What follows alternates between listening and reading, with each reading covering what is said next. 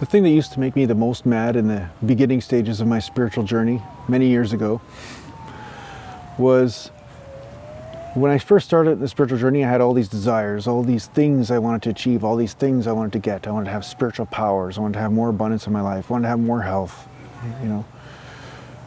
I wanted all these things. Wanted, right? And at some point, if you're under the guidance of a guru, the guru will tell you that what you want is not important. It has nothing to do with the spiritual path. This is incredibly disappointing because a lot of people on the spiritual path say, no, I want this, I want that, I need this, I need that.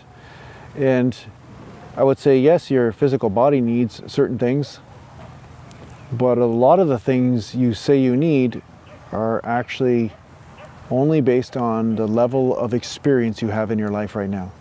So if your level of experience is right here, you have a certain amount of misery all the time, you will need a lot more things than a person's experience that is here. Okay? So that aside, I totally get why this would piss people off. I get it, because it used to make me so mad. Okay, because so many times seekers come to the spiritual path and then they find out that seeking is a problem. So it's an incredible hypocrisy, isn't it?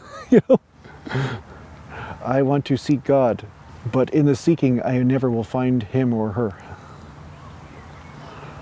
Right? The seeking keeps you trapped in the mind, keeps you trapped in the doing, keeps you trapped in desire. So if you're going to seek, my advice to you is to seek the place inside yourself of no seeking. Seek the no seeker. It's incredibly freeing. I mean, it's a huge weight off your chest when you realize, wow, I don't have to seek anything at all.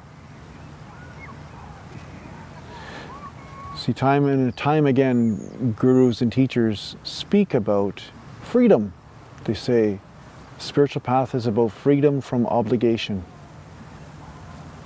Freedom from all of the worries and fears and desires. So would it not make sense for you to also be free of seeking?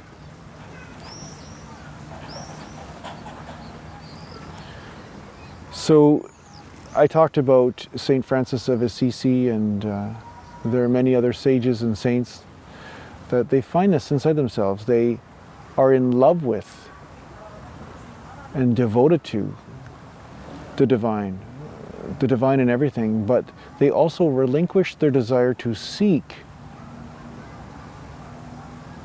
depending on what level they're at, of course. In the beginning stages, all spiritual journeys have to begin with seeking. At first, we must seek. That's how we get to the place of learning about the no seeker. Because the mind is always hell-bent on seeking. It seeks more money, it seeks more health, it seeks a mate, it seeks shelter, it seeks all of the survival things, and then once it's met survival, it starts to seek other things. It seeks goals, it seeks ways of reinforcing the identity, seeks ways of making the identity better, seeks ways of, so there is nothing wrong with this. It's just that seeking will never lead you to freedom. You can seek if you know that it's not leading you to freedom. The seeking can still happen because you know that you are not the seeker. Sorry if I've lost a few of you here.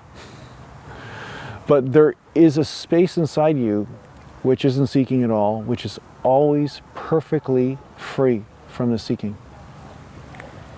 The mind can still seek, but who you are does not seek. Okay?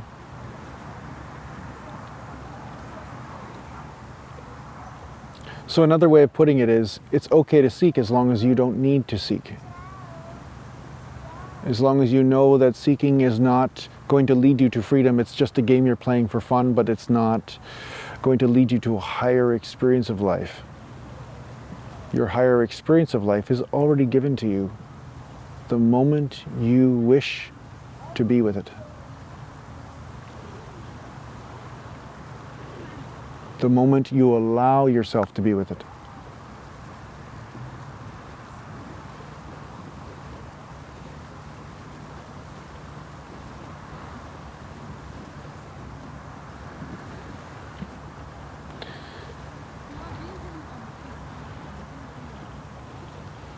It's all about surrender. It's all about allowing.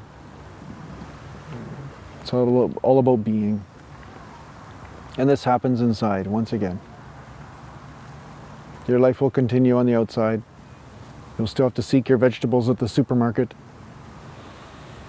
You still have to seek your job, you know, or you have to send out your job applications to get a job to support your physical body. You know, these things happen, but inside you are not seeking a higher experience of life. Okay? Your higher experience is inside. So this is the problem, you know. People are looking for a higher experience of life in the wrong place.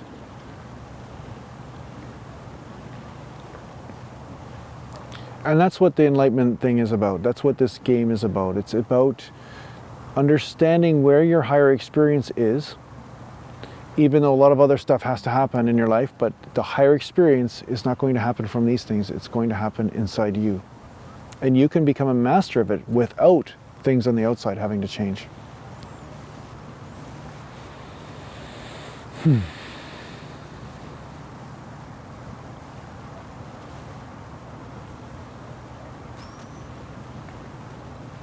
So if you must seek, seek the place of no seeking.